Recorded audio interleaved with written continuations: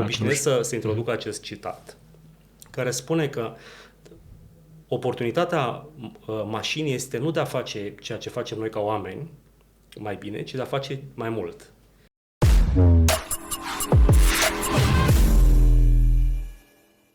Aproape 40% dintre voi, cei care ne urmăriți în acest moment și care vă uitați frecvent pe canalul nostru, sunteți abonați. Și asta mă flatează, vă mulțumesc că ne ajută enorm să creștem ceea ce facem aici, ceea ce mai departe ne ajută inclusiv să aducem invitați din ce în ce mai valoroși.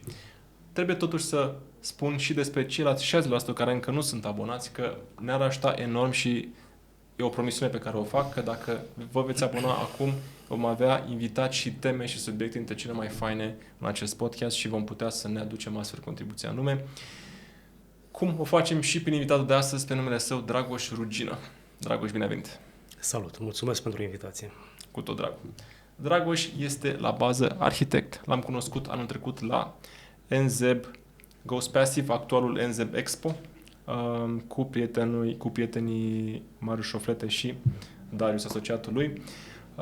Conduce propria companie de arhitectură, care se numește RUA Architecture, specializată în arhitectură și design computațional sau computational design. Ce înseamnă asta pentru cei dintre voi care nu sunteți neapărat pasionați de domeniu? Înseamnă să folosești algoritmi, simulări și analiză de date pentru a rezolva diverse probleme de design și procese. Sediul RUA este în Londra și proiectele pe care Dragoș le-a realizat de-a lungul timpului sunt în UK, în România, evident, în Orientul Mijlociu și în Australia. Quite a portfolio, cum ar spune românul, Dragoș. Da, într-adevăr. Da, ai lucrat ceva. Adică UK, România, Orientul Mijlociu, Australia. Bravo, super tare. Azi vom discuta despre cum se proiectează modern, despre clădirile și orașele viitorului și despre cum va impacta inteligența artificială domeniul nostru și ăsta este primul lucru cu care vreau să-și încep pentru că este pe buze tuturor. Da, pentru unii mumă, pentru alții ciumă acest AI, așa că te întreb direct. De ce AI în arhitectură? Cum te ajută sau cum ajută omenirea per se, așa, per total? Menționai NZEB Goes Passive, unde le-am întâlnit și am avut un speech destul de lung.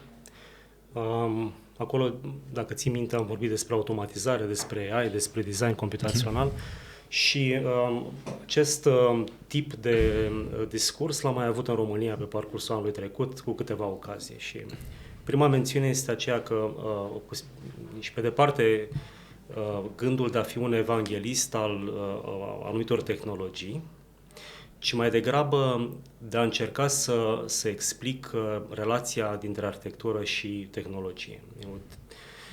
Un termen care se folosește destul de mult și unul dintre invitații tăi anteriori povestea despre cât de puțin digitalizată este industria imobiliară, în ciuda valorii de piață.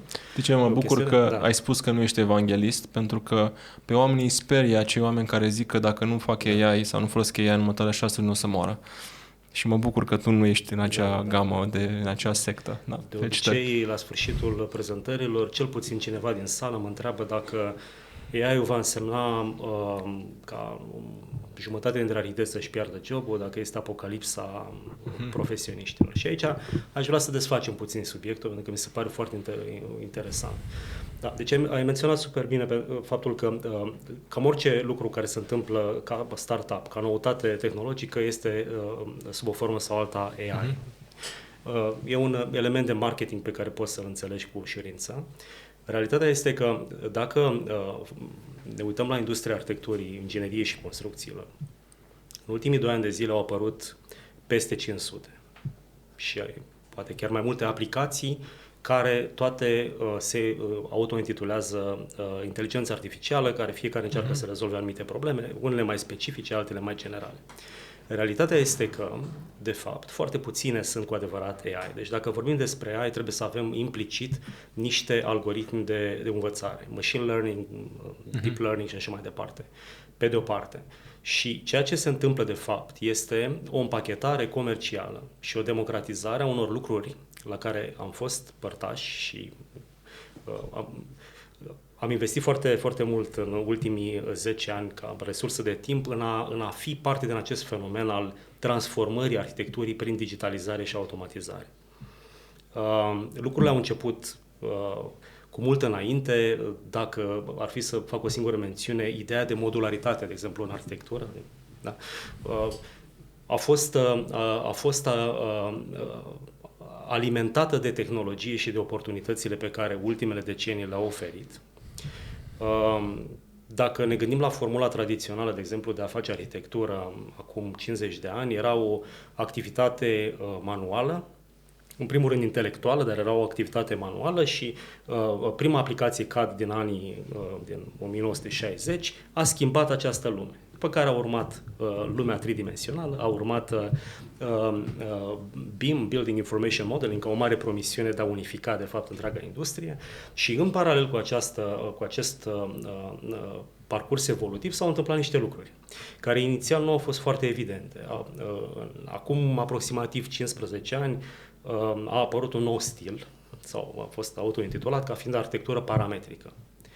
Da? În esență, și cea mai simplă variantă de program CAD este parametrică, în sensul în care elementele au un rațional în spate, au niște dimensiuni, au niște parametri, niște valori care le definesc.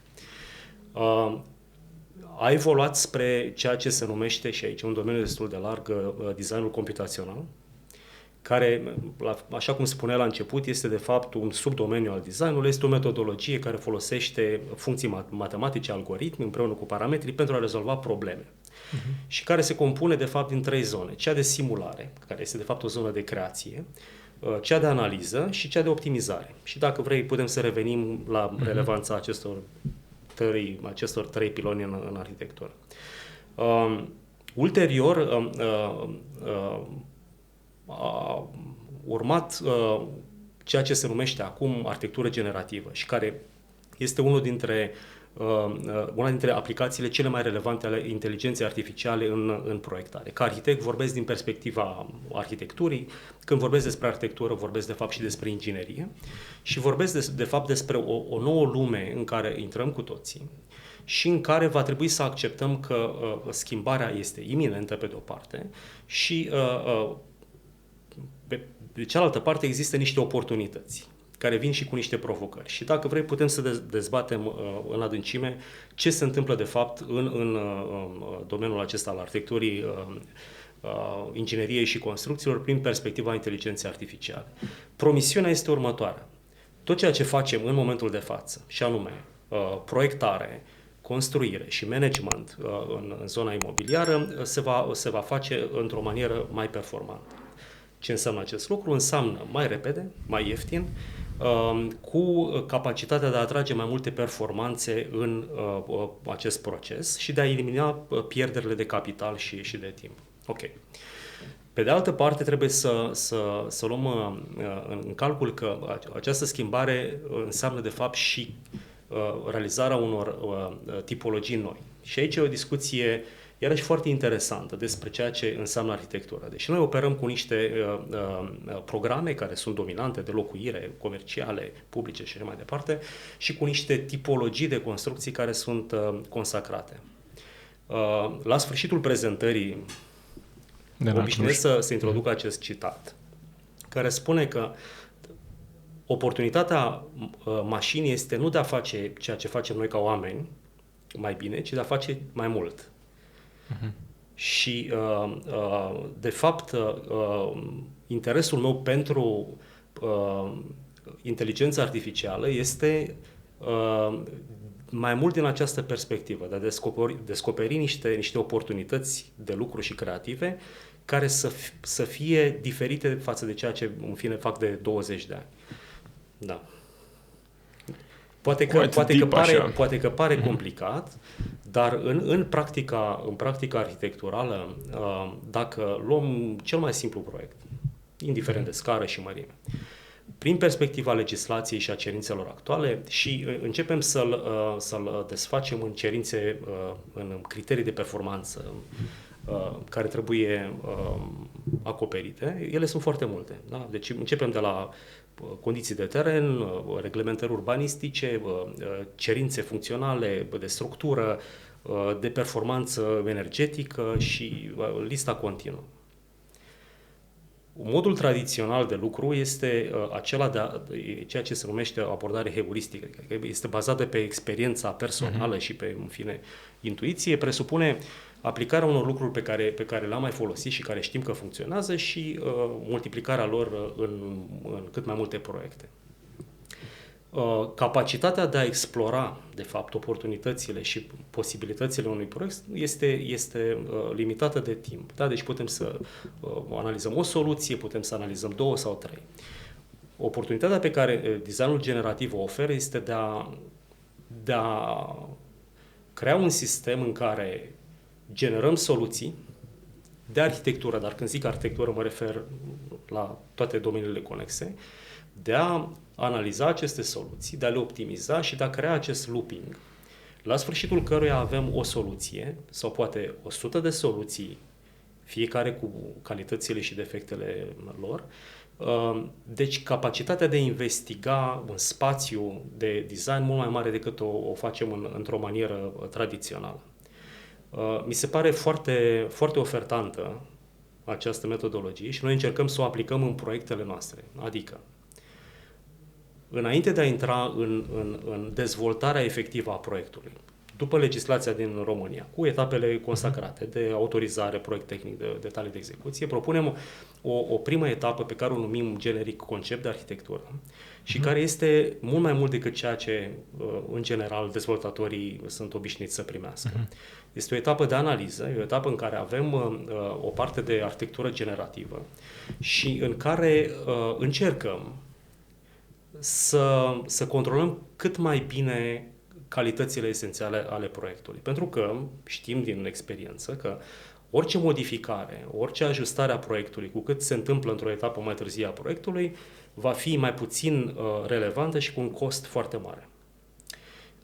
Acest produs, pachet, care, cum spuneam, se numește concept de arhitectură, este de fapt forma actuală de a implementa în viața reală, în proiectare, toate lucrurile pe care le-am testat, le-am cercetat și aplicat în ultimii 10 ani de lucru în UK și internațional și care, da, putem să spunem că au o componentă de inteligență artificială, dar fundamentul este ceea ce m-a întrebat la început, designul computațional.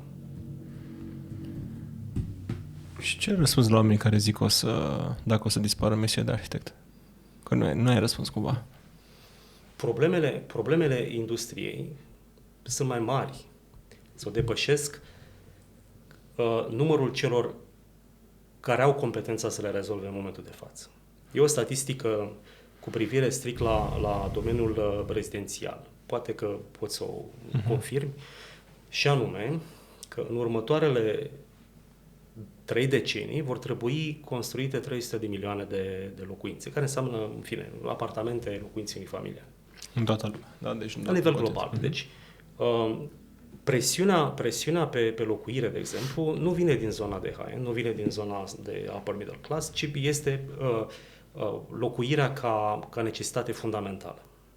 Și atunci ne întrebăm cum va putea fi livrat acest mare proiect. Vom putea să continuăm acest mare bulgăre de zăpadă care este industria de real estate în forma actuală și în același timp să fim sustenabili la nivel de industrie, sau va trebui să schimbăm ceva? Și eu cred că rezolvarea acestei probleme, și este una din multele probleme, se va face printr-o schimbare de paradigmă și care va reveni la niște lucruri care, în fine, se studiază și se discută și se fundamentează de multe decenii, și anume modulare, construcții off-site, o formă de parametrizare, dar la o scară mult mai mare, de fapt. Cum poate AI să ajute acest prim set de probleme? Prin preluarea unor elemente de manualitate, nu știu dacă e cel mai bun termen, și automatizarea lor. Cheia de asta și prezentarea la care ai fost martor se numește automatizare în industria arhitecturii, ingineriei și construcțiilor. Dorința de automatizare este foarte veche. Primele idei despre felul, de exemplu, în care planul de arhitectură poate fi automatizat, sunt vechi de cel puțin 70 de ani.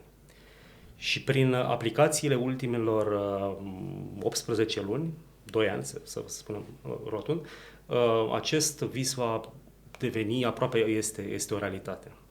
Deci, automatizarea ce înseamnă? Înseamnă, pe de o parte, eliminarea componentei umane în activități care nu produc un plus valoare evident, înseamnă explorarea unui spațiu de căutare mult mai mare, da? Deci cumva capacitatea de a ne uita nu la 2 sau 3 variante, ci de a explora poate mii, sute de mii de posibile variante când proiectăm o clădire, da? Sau un oraș.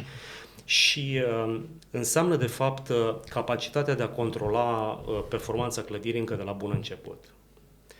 Oricine face proiectare sau intră în lumea arhitecturii acum, e într-un teritoriu foarte diferit de ceea ce era acum 20 de ani.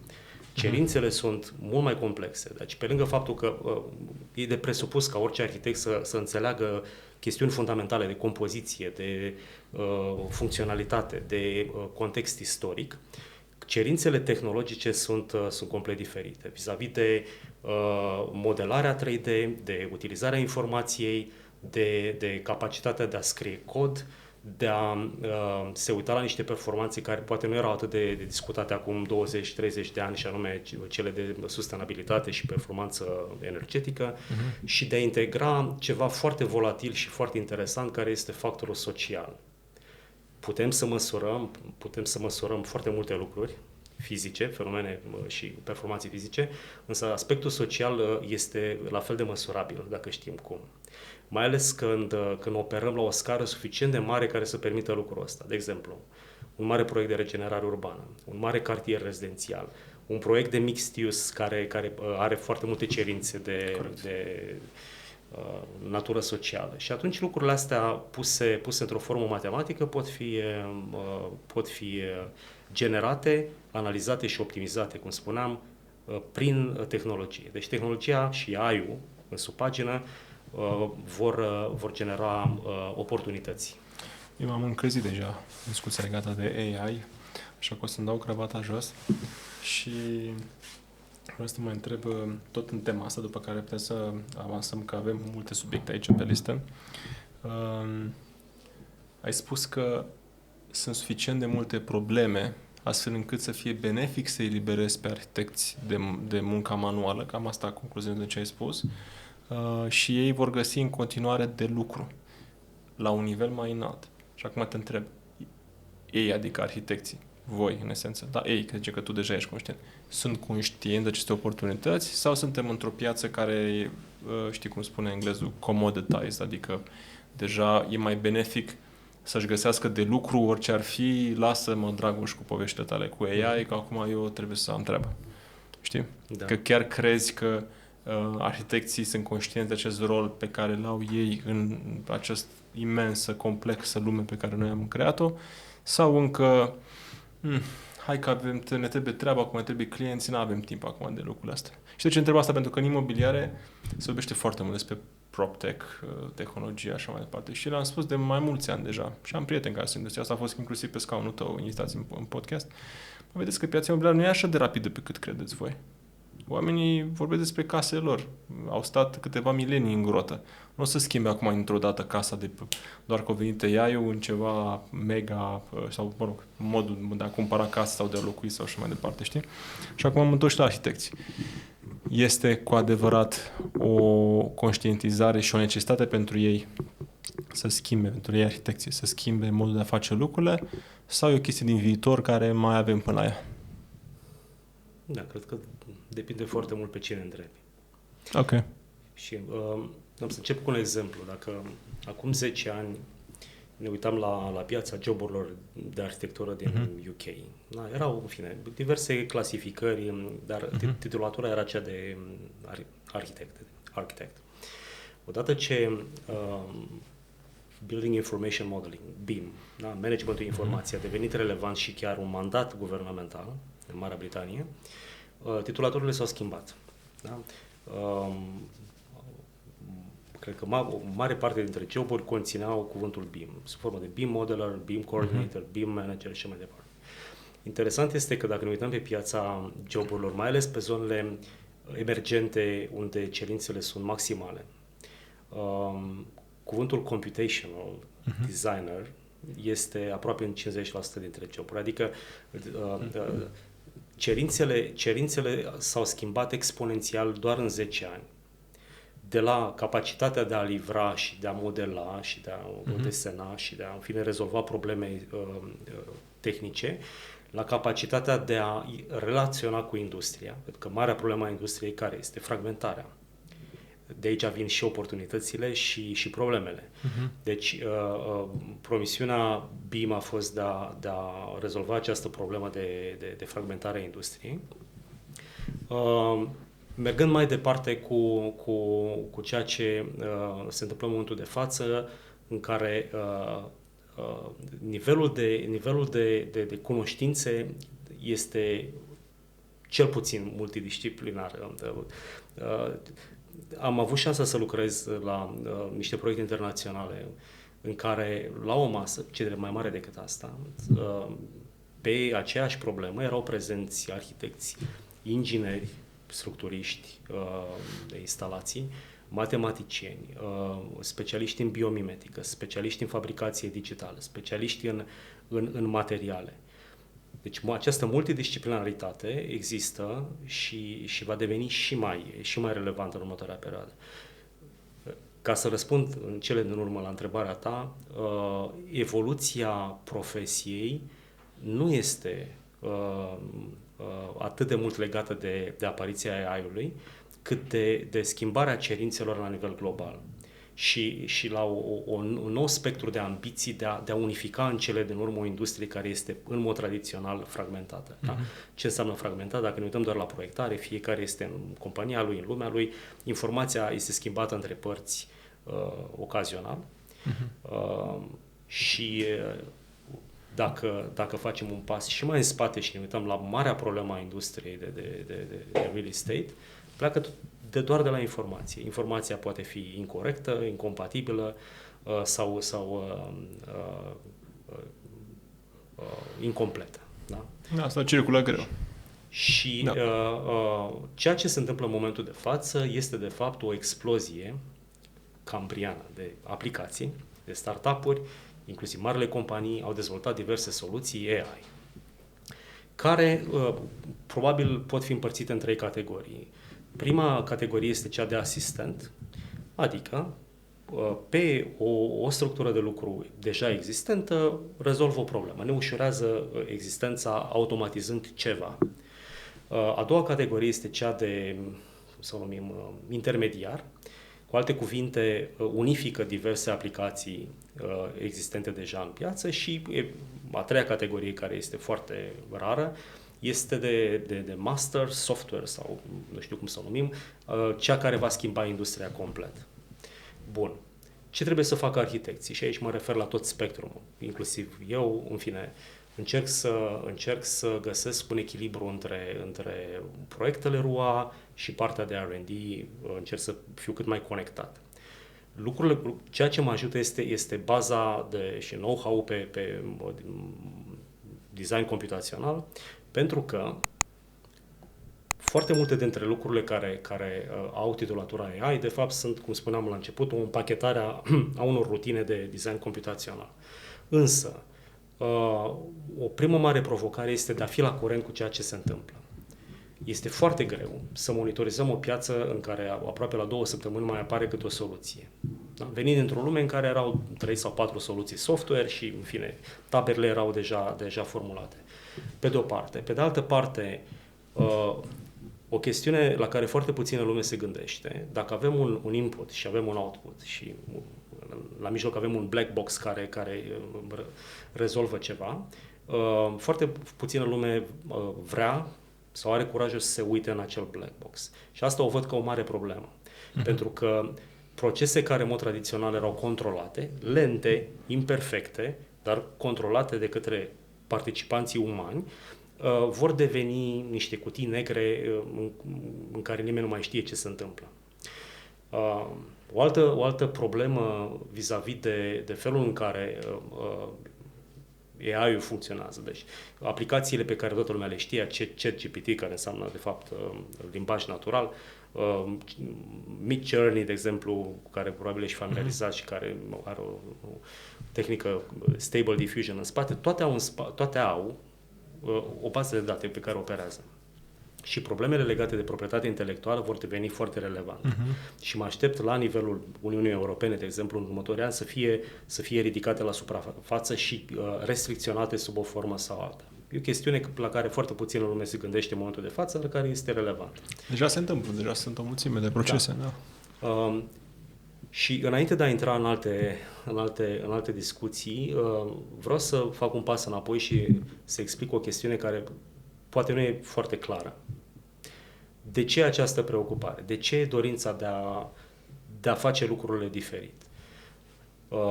Cred că din cel puțin 3 motive. Primul este o formă de curiozitate nativă pe care o am și e acolo să opereze în continuare. Al doilea motiv este legat de un sentiment al inevitabilului pe care l-am avut, o formă de epifanie pe care am avut-o acum 15 ani. Mi-am dat seama că industria se va schimba și vroiam să fiu parte din ea. Și am făcut tot ceea ce a trebuit pentru a fi parte din acest fenomen. Și în al treilea rând trebuie să nu pierdem niciodată din vedere care este business-ul nostru, da? Know your business. Și doi, trebuie să avem un set de idealuri. Da? Toate aceste lucruri care au intrat în industria arhitecturii au un scop. Și scopul este de a face lucrurile mai bine, mai rapid și de a putea să gestionăm complexitatea într-o manieră în care nu puteam poate acum 10 ani. Deci, dintr-o perspectivă foarte pragmatică, aplicabilitatea este aici.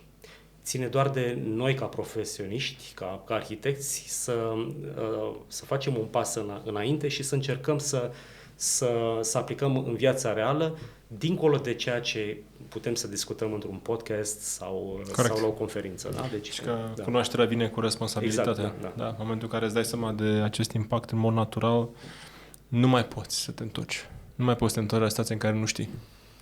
Deci dacă știi că deja AI-ul schimbă lucruri, devii responsabil să faci bine cu această schimbare. Pentru că există și un dark side așa, care sperie oamenii așa, o nebuloasă în ceea ce privește inteligența artificială, care spune că dacă nu va fi scoasă din priză, ne înlocuiește de tot. Nu. Riscul este zero pentru arhitectură, pentru că absolut toate aplicațiile sunt ceea ce se numește narrow AI, adică practic aplicații foarte focusate și care fac bine un lucru sau un set Deci, practic, ai spus tu mai devreme și a părut foarte interesant, nu vor face neapărat mai bine, ci vor face mai mult. Cu alte cuvinte, vom avea combinații mai multe de lucruri deja cunoscute, pe care le poți face mai ușor, având acces la atât de multe informații, decât are un arhitect empiric pe baza studiilor lui personale. Heuristică, sau cum se numește. Nu, vor face și mai mult, și mai bine, și mai repede. Ca să lămurim problema acestei apocalipse după AI, riscurile țin exclusiv de ceea ce se numește General Artificial Intelligence, chestiune care deocamdată nu are nicio legătură cu domeniul. Ne vorbim despre impactul uman, impactul social și dacă cu adevărat ceea ce se întâmplă acum sau promisiunea momentului chiar va schimba industria. Și cred că da. Uite-te, chiar acum câteva zile mă uitam la o dezvoltare care folosește limbaj natural, similar ChatGPT, și care pleacă de la un proiect, deci la un model BIM, iar în momentul în care vreau să obțin lucruri care, în mod tradițional, înseamnă minute, ore, poate chiar zile de lucru, și cer programului verbal, da, desenează-mi toate secțiunile, punem dimensiuni, extragem liste de cantități de la etajul 3 sub zona A. Chestiuni care orice arhitect care lucrează într-o platformă de modelare BIM știe că durează. Da? Deci genul acesta de scurt circuit este absolut benefic, pentru că eliberează arhitectul de toată această muncă mondenă, și e doar un exemplu de multe, și eliberarea vine cu un timp care trebuie folosit creativ, trebuie folosit în binele mediului construit, a comunității, da? Și cred că aici este o zonă foarte interesantă în care milioanele, zecile de milioane de ore investite în a face niște reprezentări a unor soluții deja existente vor dispărea. Da? Și revenind la problema inițială în care, da, e nevoie de arhitecți, chiar și la Cluj, țin minte, am fost contrazis după principiul că nu sunt suficient de mulți arhitecți pentru câte lucruri sunt de făcut. Și pe asta arhitecții și au zis, nu, că sunt de mulți. Eliberarea este aici, este aproape. Dacă te gândești la cele 300 de milioane de locuințe care trebuie făcute în 30 de ani, înseamnă aproape 1 milion de locuințe pe an. Acum problema este dispersia, unde e nevoie de ele. Că posibil să nu fie nevoie unitar, ci e nevoie de mai multe într-un loc și mai puțin în alt loc. Da. Numai prin sfera asta te gândești de fapt cât de complexă este povestea și în contextul ăsta mai ai și clădiri existente care trebuie și ele refurbished, trebuie refăcute și mai ai și alte zone de proiectare, cum ar fi infrastructură, cum ar fi alte domenii, alte sectoare de domeniul imobiliar, cum ar fi hotel, office, retail și așa mai departe. Aceste mixed use projects care îmbină lucrurile într-un mod armonios, deci e atât de mult de muncă încât eu cred că e mai bine decât, e mai mult decât binevenit. În acest context, vorbeam despre clădirile și orașele viitorului la începutul podcastului. AI-ul clar va ajuta, da? Care sunt clădirile viitorului? Cred că e și în mai măsură să răspunzi la treaba asta. Cum arată clădirile viitorului? Cum arată un București care se va dezvolta, și nu numai București, poți să vorbești de altă capitală europeană sau de altă parte a lumii, cum va arăta București sau cum se va dezvolta București peste 20 de ani? Ce clădiri vor apărea peste 30 de ani?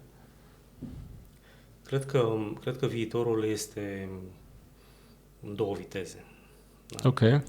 Pentru că presiunea de a construi în viitor vine din nevoia, în primul rând, de locuire, care este o nevoie fundamentală și care,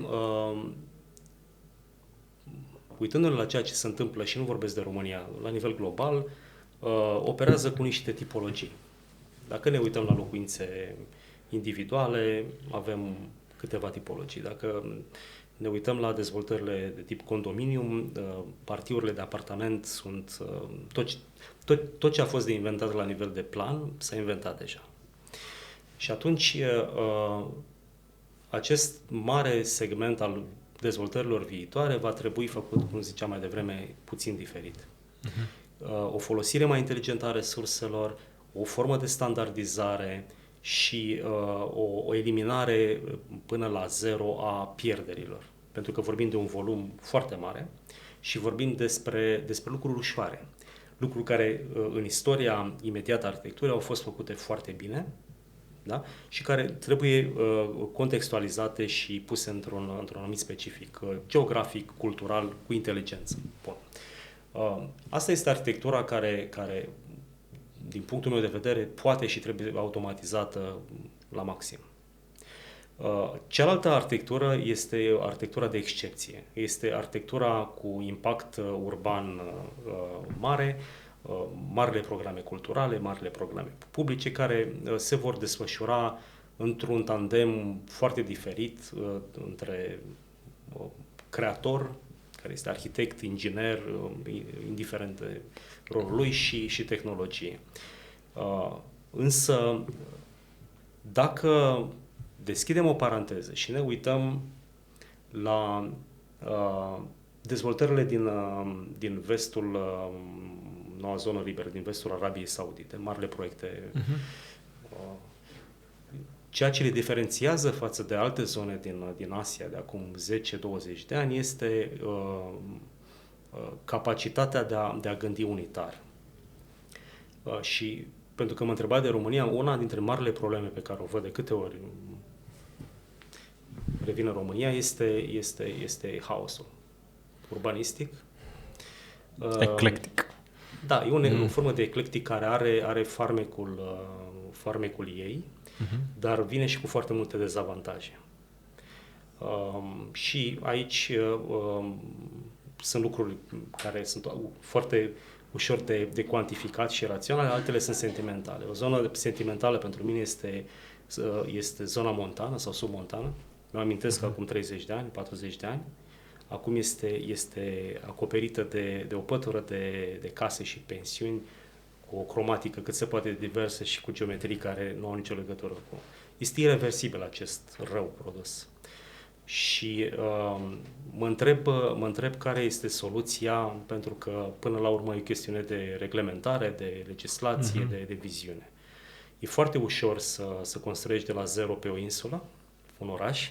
E foarte greu să aduci genul ăsta de coerență între clădiri aparținând unor secole diferite și în același timp să facilitezi motorul economic să meargă înainte, fără piedici foarte mari. Deci, arhitectura viitorului este o arhitectură, în România cel puțin, a marelui compromis. Deci, marele secret al optimizării unui sistem este, de fapt, să ajungi la acea artă a compromisului. Și acest lucru trebuie să se întâmple prin eliminarea monotoniei și a repetitivului care a măcinat România timp de 30 de ani. Este un lucru care, în fine, îl știm cu toții. Dacă avem un pumn de bani și vrem să construim o casă, putem să o facem în foarte multe feluri, dar cu siguranță unul dintre ele este mai bun decât celălalt. Vorbim despre același buget, vorbim despre rezultate foarte, foarte diferite. Ce face diferența? Cultura, viziunea și calitatea proiectantului, arhitect și inginer implicit, și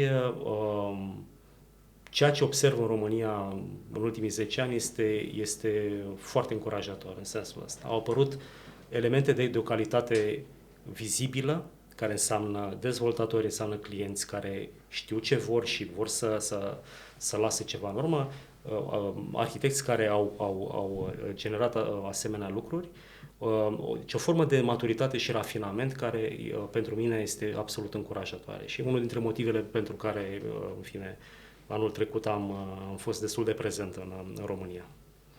Menționăm despre Vestul Arabiei Saudite, bănuiesc că te-ai referit la proiectele astea mega, super inovatoare pe care arabii le scot acum. Tot în Vestul Arabiei Saudite se află și Dubaiul și Qatarul, și în Oman am văzut niște clădiri interesante. Coasta de Est. Scuză-mă, am vrut să zic invers, da? În estul Arabiei Saudite se află Dubaiul și Qatarul.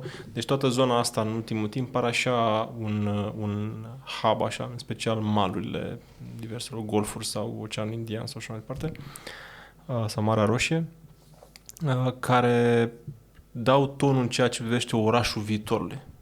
Dacă dai pe Google orașul viitorului, probabil să apară o imagine de pe acolo, în mod ironic, în mijlocul deșertului. Cât de sustenabile sunt orașele astea? Să ne uităm iarăși în perspectivă pentru orașul viitorului. Orașul viitorului trebuie să aibă niște lucruri. Eu tot timpul simplific treaba asta și mă uit la care sunt pilonii de bază care sunt foarte probabil să fie în picioare și peste 10, 20, 50 de ani. Și dacă te gândești la asta, o să vezi că ai nevoie de apă, cam toate orașele lumii s-au dezvoltat lângă un fir de apă, ai nevoie de energie sau niște surse din care să poți să extragi energie, să-ți produci energie, ai nevoie să vrea oamenii să stea acolo și atunci îți trebuie niște lucruri, cum ar fi, de exemplu, o vreme bună, să nu te prăjești sau să fie foarte frig, să fie business, să fie și pleasure în același timp, servicii, ok? Și de aici încolo mai dezvolt, să simtă în siguranță, să nu fie invadatorii pe lângă. Iar, din păcate, Middle East nu are o istorie foarte bună pe subiectul ăsta. Și acum, revin la întrebare. Orașul viitorului.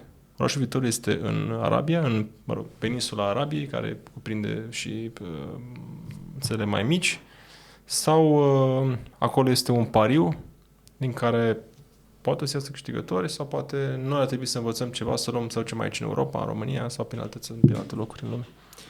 Da, cred că lecțiile acestor noi proiecte din vestul Arabiei Saudite sunt legate de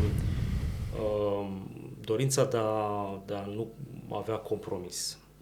Motiv pentru care echipele de management, de proiectare, de dezvoltare a proiectului sunt excepționale.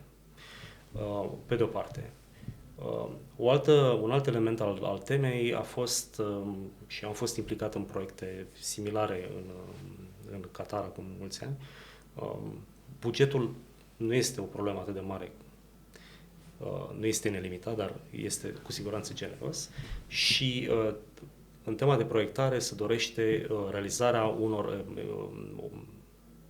clădiri, a unor ecosisteme, a unor cartiere și dezvoltări unice. Emblematice. Da. Și lucrul ăsta se vede în design. Faptul că aceste investiții sunt independente energetic, faptul că există o anumită etică în a proiecta și construi este o chestiune implicită. Și vine, nu știu dacă neapărat dinspre de beneficiar sau este o chestiune promovată și oferită de către proiectanții de excepție. Dar chiar se și întâmplă în practică? Adică sunt atât de bine proiectate și bine executate? Când voi ajunge în persoană, în câteva din aceste locații, da, de exemplu, voi putea spune ceea ce știu ca informații este prin prisma lucrurilor pe care le urmăresc de ceva vreme. Deci, cumva, această diferențiere între marketingul unui proiect și realitate trebuie verificată. Da? Însă, până la proba contrarie, o viziune generoasă, cu un buget generos și cu o echipă excepțională de proiect, poate genera niște forme de locuire, de facilități turistice și așa mai departe, noi. Okay. Deci Dubai sau, toată zona Arabiei, acolo poate fi sursă de inspirație pentru orașele viitorului. Mă refer exclusiv la investițiile din vestul Arabiei Saudite. Dubai este o complet altă poveste. Este o altă dinamică. Hai să ne referim la vestul Arabiei Saudite. Da. Sunt doar o sursă de inspirație pentru noi în Europa sau sunt chiar orașele viitorului în care să vrei să locuiești? Foarte multe dintre ele sunt funcțiuni de hoteliere, turistice, de lux.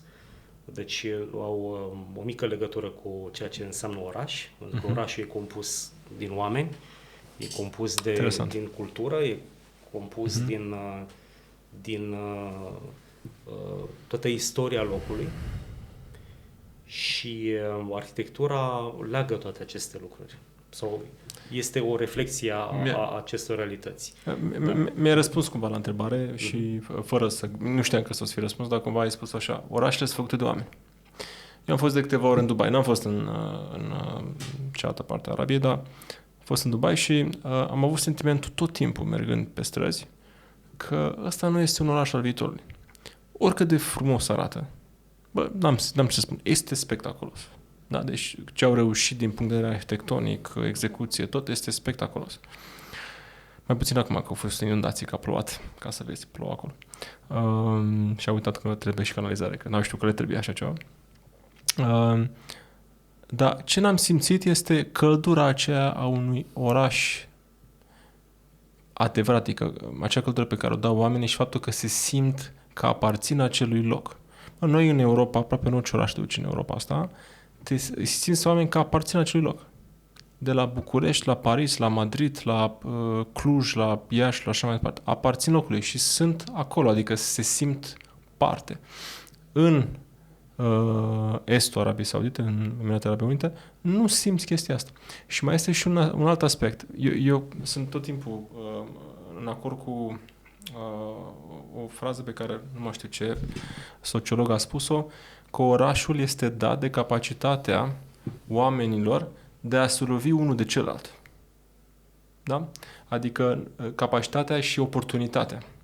Cu alte cuvinte, frumusețea unui oraș și vibrația unui oraș se dată faptul că omul X se poate întâlni cu omul Y pe stradă pentru că împart același stres și le place să se plimbe și să simt că aparțin acelui loc. Adică antreprenorul se întâlnește cu managerul, se întâlnește cu doctorul, se întâlnește cu studentul și învață unul de la celălalt prin interacțiuni de-astea de, cum zice englezul, bump into each other, adică absolut, cred că insolite, e cuvântul corect, pur și simplu așa, de nicăieri, știi?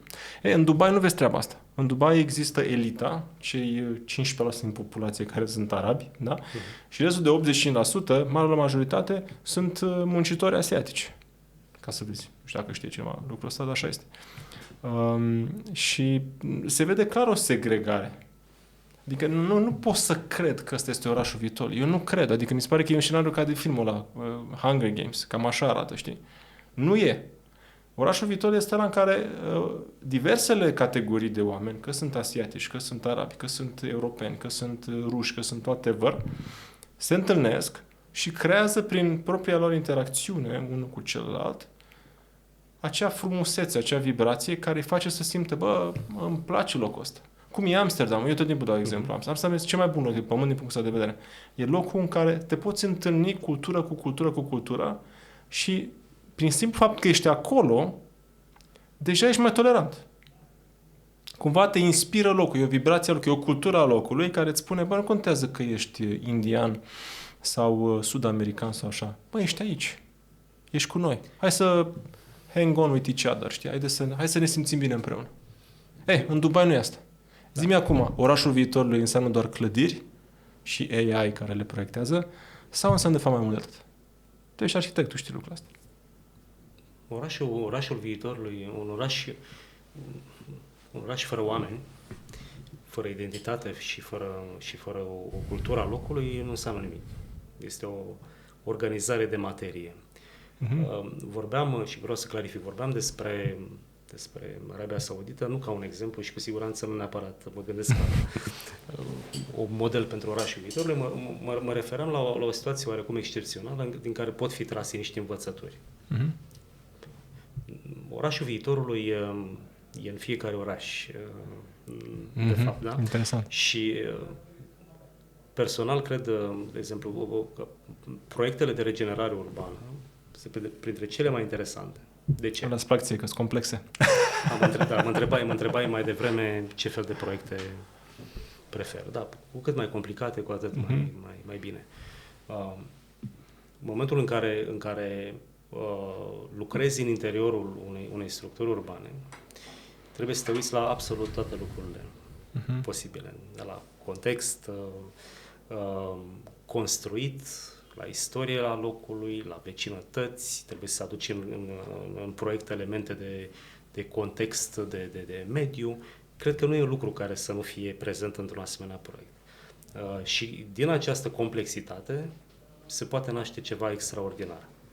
E foarte greu să construiești ceva care are caracter pe o pagină albă de hârtie, in the middle of nowhere. Da? Și asta se întâmplă în exemplele astea despre care vorbeam mai devreme. Orașul viitorului cred că va fi pe de o parte guvernat de niște cerințe de performanță care în mare parte au legătură cu energia. Da? Totul este energie și energia devine din ce în ce mai relevantă. Pe de altă parte, a încerca același lucru de mai multe ori, sperând rezultate diferite, am impresia că e o formă de definiție a nebuniei. Nebunie, da. Și atunci, una dintre oportunitățile pe care o văd este de a folosi tehnologia pentru a dezvolta arhetipuri noi, pentru a descoperi lucruri noi. Da?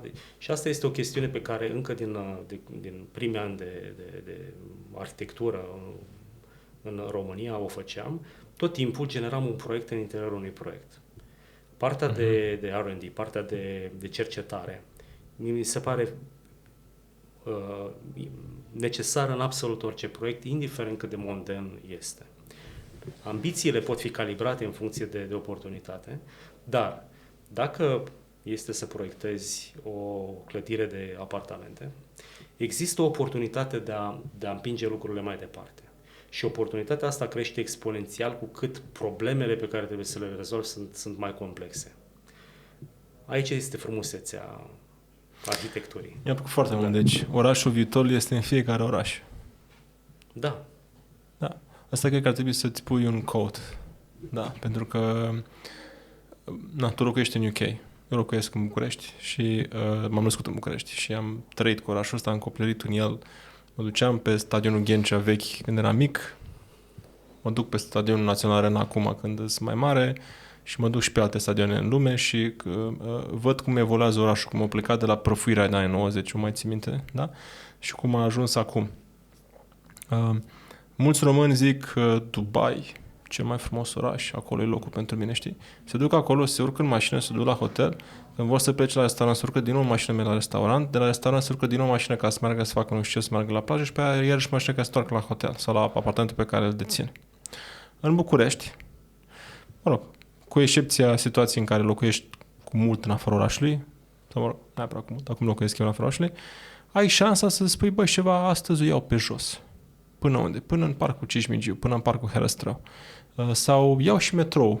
Bă, chiar e ok să mergi cu metrou. Și cu aproape orice mijloc de transport comun în București chiar poți să mergi bine. Chestia asta de a încerca și alte metode te conectează. Și cred că marele atu pe care l-au orașele europene, și acum mă refer din la București, că e locul în care locuiesc și probabil că Londra e aceeași situație,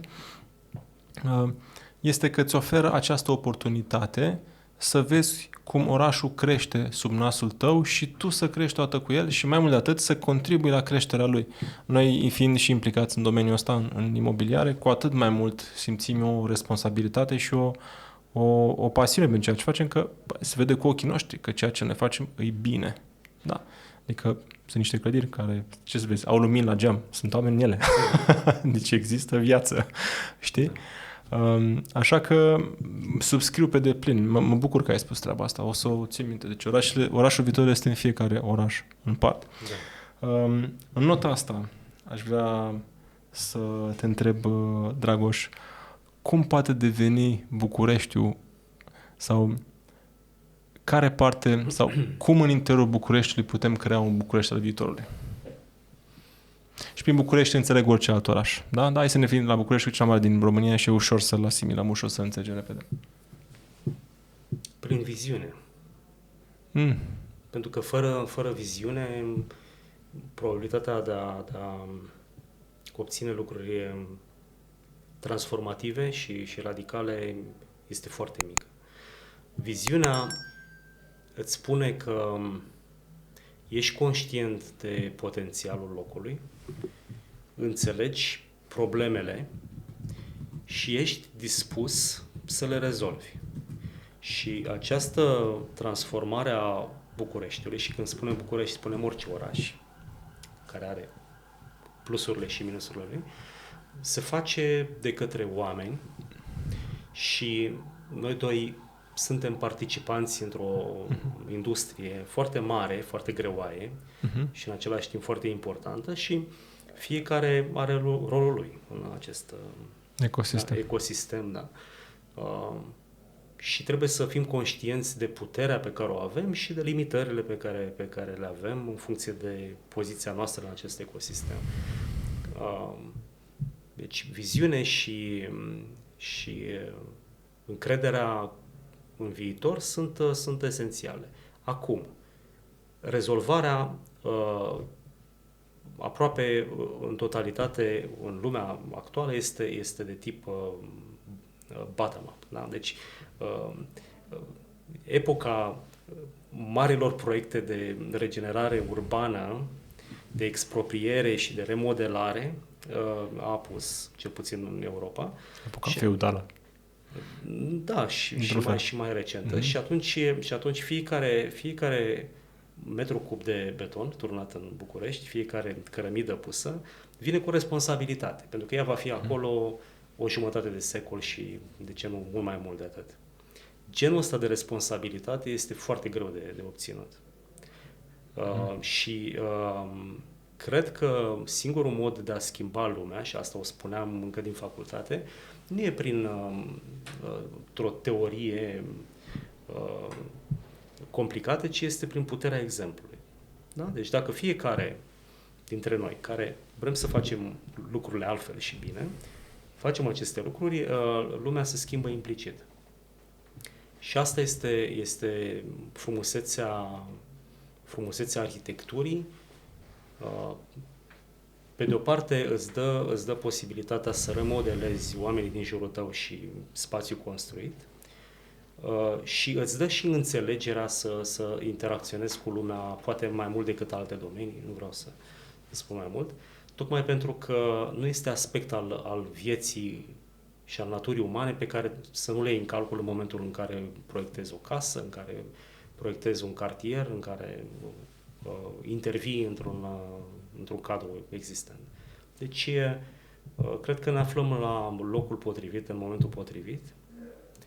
Din când în când mai vorbim și despre AI și despre felul în care facem aceste lucruri poate diferit în viitor, însă de fiecare dată ne întoarcem la ceea ce avem noi ca misiune, nu? Să schimbăm și să îmbunătățim lumea prin ceea ce știm. Da. Viziune și încredere a cui? A tuturor. Deci nu numai a unui cap.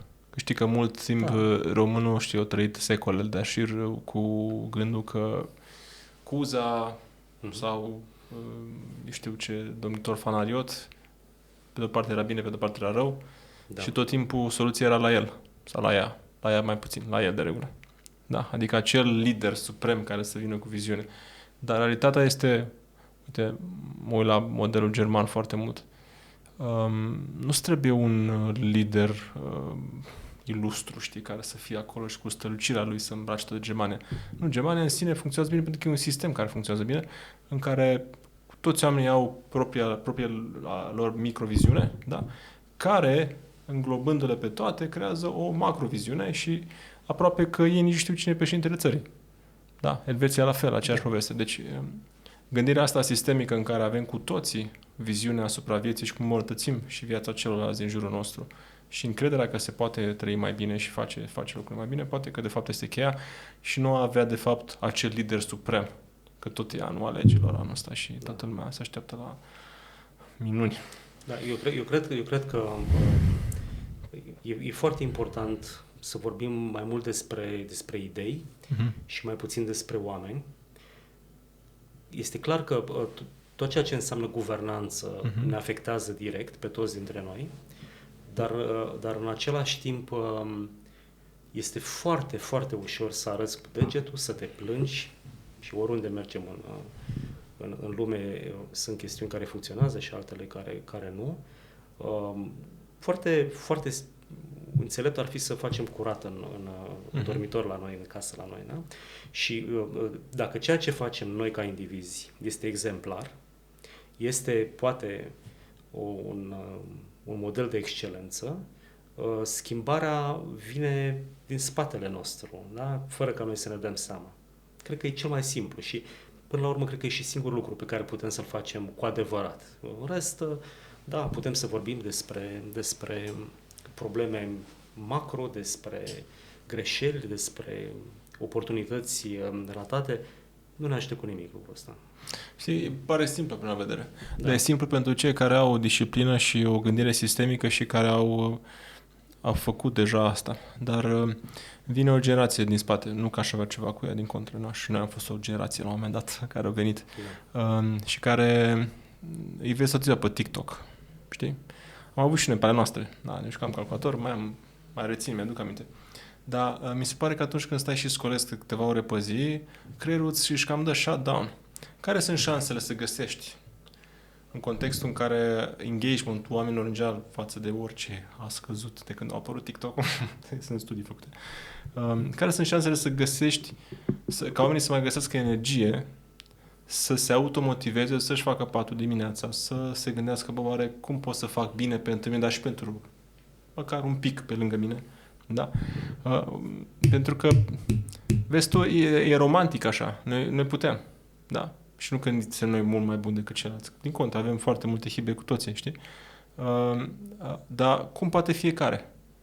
Cred că e un mix în final. Cred că este nevoie și de leadership. Cu siguranță avem nevoie de lideri. Da? Și sper că anul ăsta să fie un an în care cât mai multe țări din lumea asta să aibă lideri potriviți după alegeri. Cred însă că e și în partea cealaltă. Adică și fiecare dintre noi trebuie să-și asume un rol de mini-lider, măcar în comunitatea aia mică, familie sau prieten sau așa mai departe, să facă lucrurile mai bine la orice nivel, oricât de mic. Poate că asta ar fi soluția în final. Mi-am amintit de o discuție de acum foarte mulți ani despre utilizarea creierului și despre această cultură de a fi permanent ocupat, de a face ceva. Și tema era legată de creativitate și despre cum plictiseala este de fapt foarte, foarte utilă este generatoare de creativitate. Și toată această discuție vis-a-vis de și diferența între generația TikTok, nu știu în ce generație suntem noi, dar cu siguranță am făcut multe lucruri aiurea și nu le regretăm absolut deloc. Eu am încredere totală în toate generațiile, indiferent cum le numim, ce litere din alfabet folosim. Important este cumva să oferim noilor generații o lume cel puțin la fel de bună cum e cea în care am copilărit și am crescut. Nu ține numai de noi, dar încercăm să facem tot ce cu omenește putință. Da. Subscriu. Are Yuval Harari o vorbă care mi s-a părut foarte tare. Știi pe Yuval? Sapiens? Probabil una dintre cele mai bune cărți din lume, recomand tuturor să o citească. Spune că sustenabilitatea omenirii este dată de cât de repede vom reuși să tranzacționăm, să diluim cu plictiseală. Da. Deci, practic, chiar mai dur, supraviețuirea rasei umane este dată de cât de repede vom reuși să gestionăm treaba asta cu boredom, cu plictiseala. Pentru că atunci când suntem plictisiți, de fapt, nu facem ceva. Da? Imediat, acum, multiplele triggere pe care le avem în jurul nostru te trimit fie pe un mail, fie pe un WhatsApp, fie pe un TikTok, fie pe un eu știu ce anunț prin presă foarte juicy care spune de un show care se întâmplă undeva în lume și atunci când nu ai astfel de triggere, că e interesant, e un cerc vicios ăsta, deci te alimentezi din ele, îți dorești mai multe și atunci când nu le ai, atunci apar de fapt problemele. Pentru că dacă tu nu ți-ai obișnuit creierul să gândească constructiv, ci să gândească reactiv, intervine consumul ăla deliberat în zone care nu sunt neapărat sănătoase. Să nu mai spun că dacă mai cuplezi treaba asta și cu situațiile în care poate unii oameni nu și-au găsit încă misiunea în viață sau sensul în ceea ce fac, poate să fie chiar destructive. Știi? Oamenii care nu au un sens pentru mai departe, de regulă au un sens în a se autosabota, știi? When people are void of meaning, they are looking for pleasure. Pentru că ai vorbit despre cărți, îți dau o carte, probabil o știi. Mm-hmm. Se numește Scary Smart. Cum? Scary Smart. Scary Smart. Nu știu. Interesant. Scrisă de Mo Gavdad. Scare is smart. Nu, Scary. Scary Smart. Scary Smart. Ok. Interesting. Da. E o carte despre AI. Scrisă pe care o recomand oricui. E scris într-un fel foarte accesibil și foarte echilibrată ca ton. Ok. Ți-o recomand, da. Dragul, să știi că a trecut mai bine de o oră. Îți vine să crezi? Nu. Eu credeam că abia am început. Abia am început, nu? Vezi, ăsta e efectul AI. Hai să parcăm un pic unele din subiecte, că nu o să reușim să le diluim pe toate și să ne apropiem de final cu un ultim subiect pe care vreau să le adresez, după care o să intrăm într-o zonă funny. Am câteva întrebări așa mai dintr-un alt registru. Ultima întrebare la care vreau să mergem este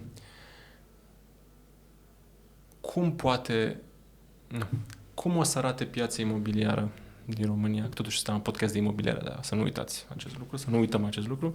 Cum va arăta piața imobiliară din România cu precădere pe orașele mari, să zic. După ce tu ai stat mai bine de 10 ani în Londra și ai văzut ce s-a întâmplat în Londra, care până să iasă din UE era cel mai mare oraș din Uniunea Europeană. Și fiind cel mai mare, în mod natural avea și cea mai complexă piață imobiliară. Ce crezi că se va întâmpla în România în piața imobiliară de aici, având experiența unor experiențe pe care le-ai trăit acolo, în UK, Marea Britanie? Există infinite similitudini, există și câteva diferențe. Uh-huh. Una dintre ele vine dintr-o maturitate absolută a pieței imobiliare britanice, care se reflectă în absolut toate aspectele. Uh-huh. Îți dau un singur exemplu. Acum mai bine de 10 ani, unul dintre proiectele noastre a fost publicat într-o carte care se numea, cred, Detalii de arhitectură din România. Uh-huh. În fine. Asta mai aproape Părerea noastră despre ceea ce făceam atunci era că nivelul de detaliere a unui proiect este suprem. Da? Am ajuns în Marea Britanie și am văzut un alt standard de a face lucrurile. În continuare există o diferență foarte mare în felul în care se abordează proiectarea sub aspectul enunțării și rezolvării tuturor problemelor unui proiect. Chestiunea asta vine și din diferențele de resurse între piața de proiectare de acolo și cea de aici, dar e o chestiune foarte importantă și care poate fi adresată prin tehnologie până într-un punct, dar trebuie adresată și prin bugete corecte de proiectare în România. O altă diferență este cea a fondului construit. Mare parte din dezvoltările cu care voi interacționați sunt new build, sunt clădiri noi, în timp ce, cel puțin pe zona de locuire, există o întreagă piață în Marea Britanie focusată pe reconversie și utilizare de fond construit existent, care înseamnă extinderi, mansardări, refurbishments. Deci e o piață imensă care operează cu niște clădiri existente, mai vechi sau nu. Chestiunea asta nu prea o avem în România. Există proiecte de restaurare notabile în București, pe care le știm cu toții, dar sunt foarte puține. O altă... E vreunul de dimensiune Battersea Power Station, mi-am aminte că am văzut un reportaj fain. E cel mai mare proiect de regenerare urbană, este spectaculos. Cred că din lume. Îl urmăresc de 10 ani. A fost deschis, cred, acum un an de zile. Care spectaculos, da. Și ți-l recomand. Și în general celor care ne vizitează, le recomand să pună pe listă și Battersea Power Station. Mă aștept ca genul acesta de proiecte să se amplifice în București și în România, să fim și noi prezenți în ele. Mi se par foarte, foarte ofertante. În rest, diferențele structurale sunt din ce în ce mai mici pe măsură ce începem să privim macro. Există o piață destinată locuințelor sociale și într-o parte și în cealaltă, cu diferența că în Marea Britanie este cu sinceritate numită piață sau dezvoltări sociale, în schimb în România este împachetată sub tot felul de elemente de marketing de tipul affordable luxury și alte cuvinte frumoase. Dar realitatea este aceeași. Da? Adică, cumva, mai multă sinceritate, cred că este binevenită în România vis-a-vis de ceea ce se construiește, publicul țintă și categoria de investiții. O altă chestiune pe care ți-o spuneam înainte de podcast este o zonă emergentă a locuințelor de lux, în care una din firmele din micul nostru grup, Studio Mundi, este ultra specializată în interioare de rezidențiale pe segmentul high-end. High-end-ul a apărut în România, a apărut în București, este în continuare într-o zonă care permite creșterea și este o chestiune care acum, dacă mi amintesc bine, 10 ani în urmă, nici nu exista în vocabularul imobiliar. Deci nu știu dacă cele câteva puncte te satisfac sau te așteptai la niște diferențe mai dramatice. Cred că atât timp cât operăm cu brick and mortar, foarte multe lucruri sunt comune. Sunt diferențe de valoare imobiliară și câteva diferențe culturale. Însă, crede-mă, câteodată mi este foarte greu să fac separația asta o lume și cealaltă, cu atât mai mult cu cât una dintre lucrurile pe care le-am învățat încă din prima zi este să trăiești local și să operezi global. Uh-huh. Deci câteodată ideea asta de a crea clasamente și diferențieri între piețe nu este neapărat cea mai benefică. Mi se pare mai interesant să fii capabil să operezi ca arhitect oriunde, dacă îți face plăcere și dacă te întreabă cineva să faci. Ești un exemplu. Da. Ai un portofoliu fain, felicitări pentru ceea ce faci. UK, România, Middle East, Australia. Sunt niște reușite mari și cu atât mai mult cu cât ai plecat nu de foarte mult timp din România. 10 ani, 11 ani? 11 ani. 11 ani, da. Uh-huh. Dar cu gând să te și întorci. Păi sunt aici, nu? Bun spus. Da. Dragoș, mulțumesc foarte mult că ai fost lângă noi azi. Eu îți mulțumesc.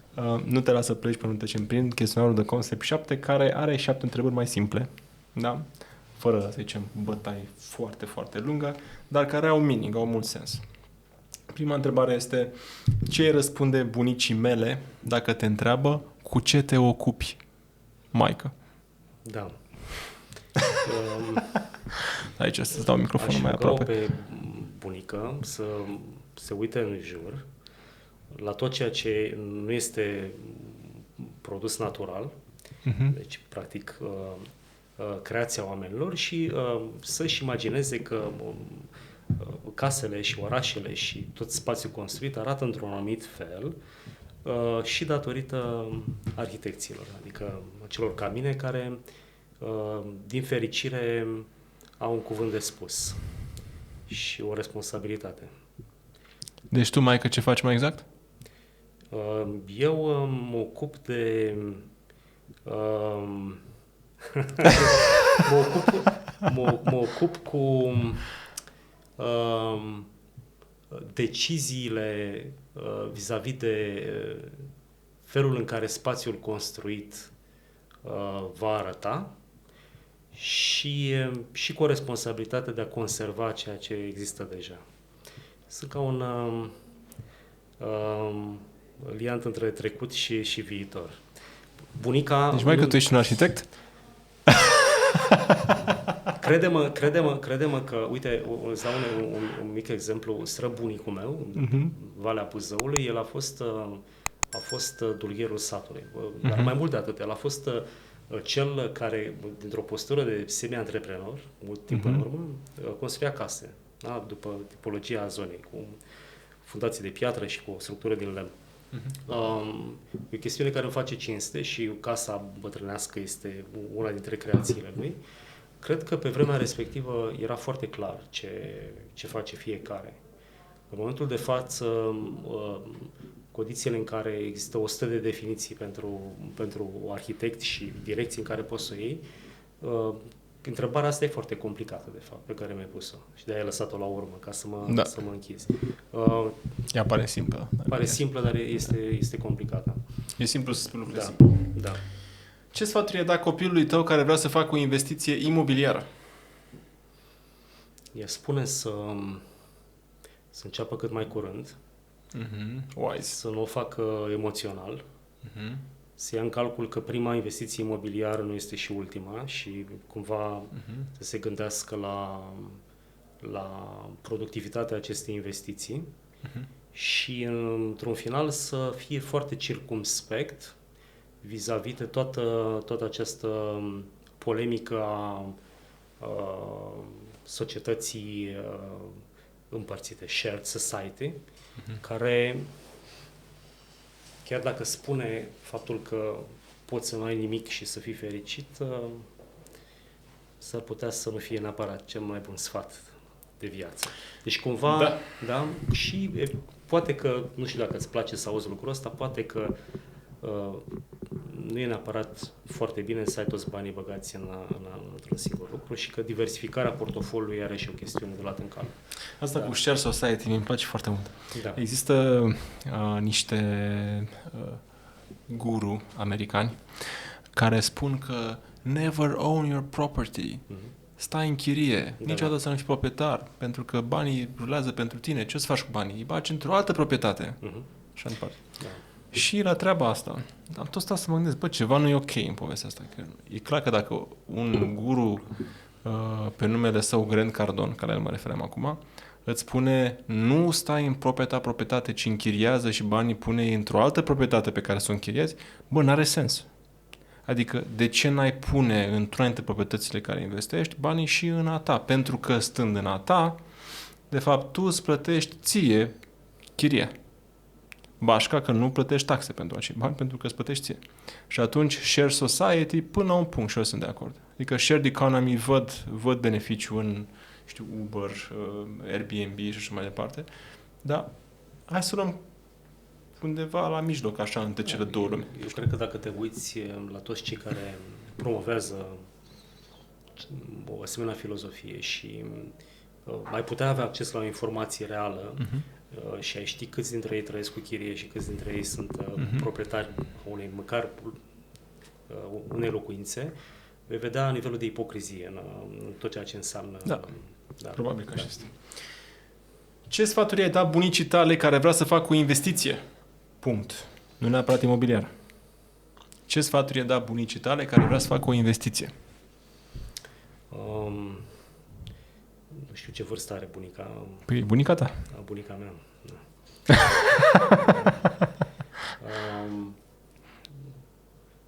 Cred că i-aș recomanda să nu facă nicio investiție. Și să se bucure de ceea ce are și să lase investițiile pentru generațiile mai potrivite riscului și efortului de a genera portofoliu. Cred că există un timp pentru toate. Și de asta, dacă recomand oricărui tânăr să devină sau să intre pe scara imobiliară cât mai devreme, cred că este un moment în care ceea ce ai, dacă pot să spun, ai reușit să acumulezi suficient, este suficient. Deci, a da sfaturi de investiții seniorilor mi se pare o chestiune ușor cinică. Da. You are so right. Mersi de feedback. Da. Ce carte ai dat să citească fiecare român? Cea pe care ți-am spus-o mai devreme.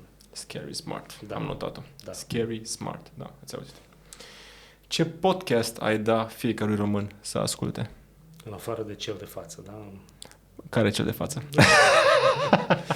Mersi, apreciez, mă flatează. Aș spune foarte simplu, nu vreau să dau exemple, dar cred că dacă într-un podcast oamenii discută idei, este genul de lucru care mă interesează. Dacă oamenii se adună ca să vorbească despre alți oameni, este o chestiune... Adică genul ăla de showbiz, așa, nu? Da. Nu-i ce trebuie. De evitat. Da, total de evitat. Da, deci ați auzit podcastul prezent, The Concept Podcast sau canalul Daniel Tudor, să dați abonați pentru că veți vedea numai chestii mișto, cum a fost și discuția cu Dragoș de astăzi. Mai am două întrebări, Dragoș. Prima, care este românul tău preferat? Trecut sau prezent? Sau viitor? Dacă ai lângă tine, poate că îți spune de cineva. Foarte simplu, e soția mea. Interesant. Am mai avut răspunsul ăsta cum e soția mea. Da, am mai avut. Da. Recunosc că și românul preferat este soția mea, dar mai îmi place și de Carol întâi, pe lângă soția mea. Da, interesant. De ce? Da. De ce? Da, de ce nu? De ce? Pentru că sentimentul meu este că a fost liderul potrivit într-un context de mocilă totală. Sau aproape totală. Da, de-abia reușim și noi să ne unim două principate. Și a venit cu un mindset de structură, mindset-ul nemțesc, într-un moment istoric în care am avut nevoie de asta. Cred că mare parte din România de astăzi se datorează. Și a fost și capabil să țină lângă el forțe atâția ani. Să conduci cât a fost? 48 de ani, ceva de genul ăsta? Enorm. Pentru România, care cred că era obișnuită mai degrabă cu câțiva ani de domnie decât cu 48 de ani. Așa că îi datorăm multe și mulțumim că a fost lângă noi, mulțumim familiei regale că l-a avut drept semen. Și uite, interesant, că trăim oarecum niște vremuri similare în care România are nevoie de structură și este nevoie de acel lider care să vină să dea structură. Eu pariez pe cineva. Dar nu zic. Europa, America de Nord sau Asia? Ultima întrebare. Europa și Australia. Europa și Australia? Interesant. Da. De ce? Sunt Sunt foarte atras de Australia. Mhm. A fost una dintre dorințele adolescenței de a pleca în Australia. Am ajuns în Australia, dar nu cum mi-am închipuit, ci printr-un proiect pe care l-am făcut și l-am finalizat și care e un mare succes. Plus, doi dintre prietenii mei sunt plecați de foarte mult timp acolo și prima ocazie revenim. A fost deja de 2 ori. Da. Foarte frumos. Ați urmărit podcastul cu Dragoș Rugină. Pe Dragoș Rugină îl găsiți în perioada 14-16 iunie 2024 la Romexpo, la evenimentul nostru de suflet, zic nostru, adică The Concept, Maru Șoflete și Mihai Cima de la Universum, pe care îl organizăm pe tema independenței energetice și sustenabilității. Se cheamă NZEP Expo, din nou repet, la Romexpo. Acolo Dragoș va avea din nou un speech cel mai probabil spectaculos pe tema cum influențează AI, zona de proiectare și, în general, omenirea. Da? Și cel mai probabil o să-l avem și cu un stand. O să ai și un stand în cadrul evenimentului? Cel mai probabil, da. Da. Așa că veți putea sta chiar de vorbă cu el.